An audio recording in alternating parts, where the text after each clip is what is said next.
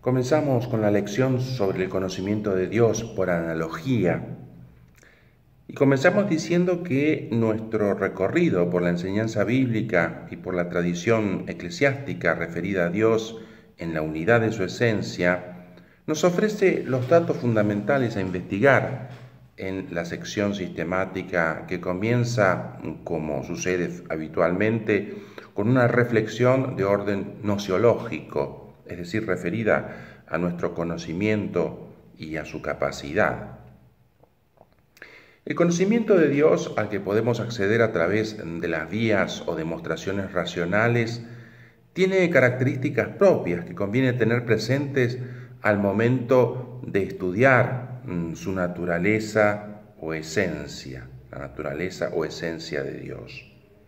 Estas características pueden ser sintetizadas en la siguiente afirmación que intentaremos desentrañar en esta lección. Nuestro conocimiento de Dios es analógico. En esta sección ofrecemos en primer lugar una breve presentación del significado de esta afirmación según la enseñanza del Catecismo de la Iglesia Católica, para abordar a continuación de manera más pormenorizada la cuestión de la incomprensibilidad de Dios y del conocimiento que podemos alcanzar de Él a partir de las criaturas. El Catecismo de la Iglesia Católica refiere brevemente el tema del conocimiento de Dios por analogía, son los números 39 al 43 y después el resumen, el número 48, con el título ¿Cómo hablar de Dios?, luego de explicar la doctrina de la Iglesia sobre el conocimiento natural de Dios. Evidentemente este título, ¿Cómo hablar de Dios?, no se refiere simplemente a establecer un vocabulario sobre Dios. Se trata más bien de determinar el fundamento de nuestro discurso sobre Dios en nuestro modo de concebirlo. Esta enseñanza está sintetizada en la siguiente proposición que encontramos en el número 48 del Catecismo y que dice así: nosotros podemos realmente nombrar a Dios partiendo de las múltiples perfecciones de las criaturas, que son verdaderas semejanzas del Dios infinitamente perfecto, aunque nuestro lenguaje limitado no agote su misterio. Lo que tenemos aquí es, por una parte, una afirmación y por otra parte, una restricción de lo afirmado. Es lo que observamos a lo largo de todo este apartado del Catecismo. Nuestras palabras sobre Dios son válidas, significan realmente a Dios, porque tienen su origen en las perfecciones de las criaturas, que son otras tantas participaciones de su perfección, de la perfección divina. Pero como la perfección de Dios es infinita, nuestro lenguaje y por tanto nuestros conceptos no llegan nunca a abarcar todo su ser. Veamos cómo se explicita este enunciado fundamental en los números siguientes. El número 39 dice: al defender la capacidad de la razón humana para conocer a Dios, la Iglesia expresa su confianza en la posibilidad de hablar de Dios a todos los hombres y con todos los hombres. Esta convicción está en la base de su diálogo con las otras religiones, con la filosofía y las ciencias, y también con los no creyentes y los ateos. Como se puede ver, se retoma aquí lo dicho de la enseñanza eclesiástica sobre el conocimiento natural de Dios, desarrollada en el número 38. La afirmación, recordamos entonces, hay una afirmación y luego una restricción. Aquí la afirmación de este conocimiento está a la base de lo que ahora se quiere establecer. Gracias a su defensa del acceso natural de la razón humana al conocimiento de Dios, la Iglesia puede hablar con confianza de Dios a todos los hombres, cualquiera sea su filosofía o religión, incluso con los ateos. Las posturas antimetafísicas que podemos encontrar hoy incluso en instituciones de enseñanza pertenecientes a la Iglesia, pierden de vista la necesidad de este conocimiento para el diálogo con las otras religiones y con los no creyentes. En el número siguiente, el número 40, el texto del Catecismo dice así: puesto que nuestro conocimiento de Dios es limitado, nuestro lenguaje sobre Dios lo es también. No podemos nombrar a Dios sino a partir de las criaturas y según nuestro modo humano limitado de conocer y de pensar. Fíjense cómo entonces a la afirmación precedente le sigue ahora la restricción. Nuestro modo de hablar sigue a nuestro modo de conocer, pero el modo en que conocemos a Dios es limitado. Por consiguiente, también lo será nuestro lenguaje sobre Dios. Nombramos a Dios no por un conocimiento acabado de su esencia, sino a partir de las cosas creadas que son, por lo demás, conocidas por una inteligencia limitada. Tenemos, pues, dos elementos restrictivos en nuestro conocimiento de Dios. La esencia de las criaturas no es la esencia de Dios y nuestra inteligencia no es la inteligencia divina. Ambas restricciones se verán en buena medida superadas en la visión beatífica, en el cielo. Entonces no veremos a Dios a través del espejo de las criaturas, lo que será posible gracias al lente, por decirlo así, el hábito intelectivo de la luz de la gloria. El número siguiente, el número 41 del Catecismo, dice así: todas las criaturas poseen una cierta semejanza con Dios, muy especialmente el hombre creado a imagen y semejanza de Dios. Las múltiples perfecciones de las criaturas, su verdad, su bondad, su belleza, reflejan, por tanto, la perfección infinita de Dios. Por ello podemos nombrar a Dios a partir de las perfecciones de sus criaturas, pues de la grandeza y hermosura de las criaturas se llega por analogía a contemplar a su creador, a su autor. Es una cita que hace el Catecismo del texto del libro de la Sabiduría, capítulo 13, versículo 5, que hemos analizado en la lección anterior.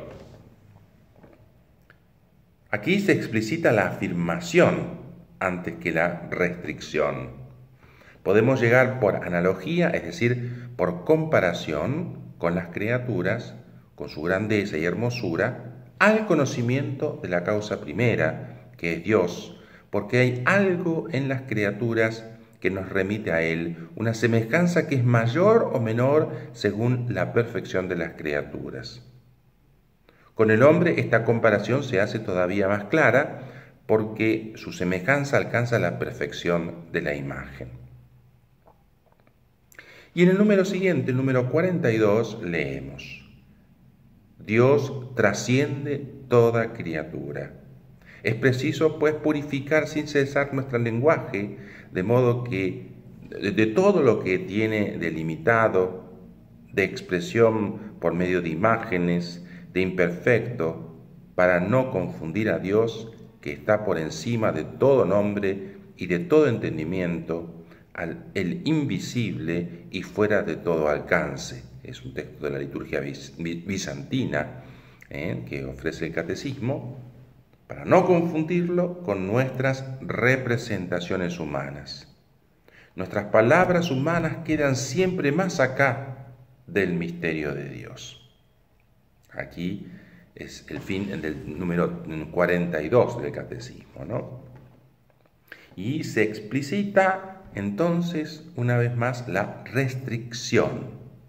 Podemos hablar propiamente de Dios porque podemos conocerlo con certeza. En efecto, aunque el conocimiento que poseemos de Dios en esta vida sea un conocimiento imperfecto, sin embargo es verdadero porque Dios posee realmente las perfecciones que le atribuimos. Pero nuestro conocimiento no lo abarca por completo e incluso cuando lo conocemos es más lo que se nos escapa que lo que retenemos. En este sentido, ha de entenderse la afirmación de San Agustín: más verdadero es nuestro pensar de Dios que nuestro hablar de Él, y más verdadero aún que nuestro pensar de Él es su ser. Es un texto famoso de su obra sobre la Trinidad. Aquí se impone que seamos precisos, porque una insistencia desmedida sobre la afirmación de que Dios está más allá de nuestro conocimiento, que Dios trasciende nuestro conocimiento, que es lo totalmente otro, nos puede conducir al agnosticismo. Es la tentación más frecuente hoy. Entonces nuestras representaciones de Dios serán puras y simples blasfemias, porque nos veríamos obligados a no pensar sobre Dios y por consiguiente al silencio total. Por el contrario, un desmedido optimismo por la capacidad que tiene el hombre de conocer a Dios nos puede llevar a encerrarlo en nuestras categorías. Sería un racionalismo, una forma de racionalismo. Entonces, pensando que hablamos mucho de Dios, no estaríamos hablando más que de las fantasías de nuestra imaginación, incurriendo también, en última instancia, en una blasfemia.